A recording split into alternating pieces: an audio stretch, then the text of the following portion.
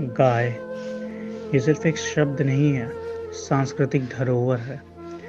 हम जब भी गाय शब्द का प्रयोग करते हैं, ये शब्द हमें हमारे सांस्कृतिक मूल्यों की याद दिलाता है।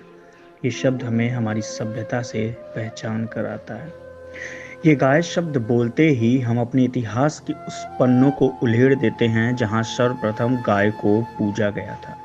ये गाय आज से पूजनीय नहीं बनी है, बल्कि हर युग में, हर काल में हमने गाय को पूजा है और अपनी माँ के समान माना है। और यही वजह है कि भारतीय संस्कृति में हम गाय को गौ माता कह के पुकारते हैं, क्योंकि गौ माता भी हमारे पेट भरती है, हमारी ज़रूरतों को पूरा करती है एक माँ की तरह। गाय अपने बच्चों की तरह इंसान के बच्चों से भी उतने ही प्यार, उतना ही मोहब्बत करती है। गाय को पालना, गौ सेवा करना, ये सबसे बड़ा धर्म माना गया है।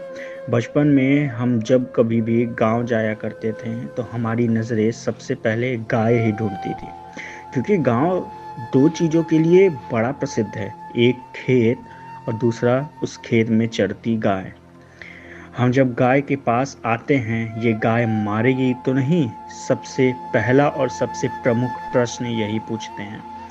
उस गाय को देखने की इच्छा हमेशा हमारे अंदर उभरती रहती है। गाय कैसे खाती है, गाय के दूध कैसे निकलते हैं, गाय कैसे बैठती है, ऐसे तमाम प्रकार के प्रश्न दिमाग में बनते रहते हैं।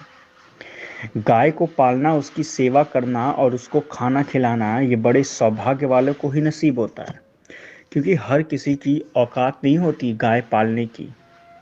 गाय पालना इतना आसान नहीं होता जितना हम सोचते हैं, लेकिन हम सब देख रहे हैं आज के समय में गाय के साथ क्या किया जा रहा है, क्या हालत हो चुकी है गाय की।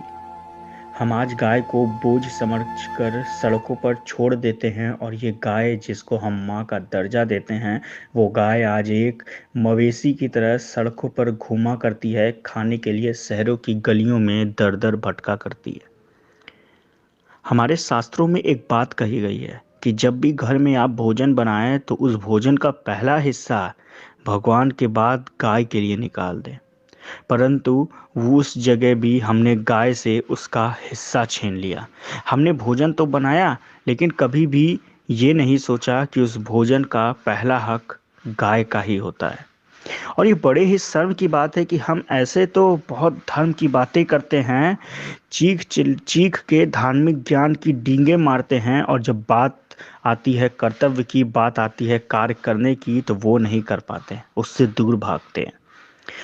गौ माता की सुरक्षा सिर्फ सरकार के हाथों में नहीं है, ये हर इंसान का नैतिक मूल्य होना चाहिए कि वो गाय की रक्षा करे, और जो गाय दर दर भटकती है उसकी सेवा करे।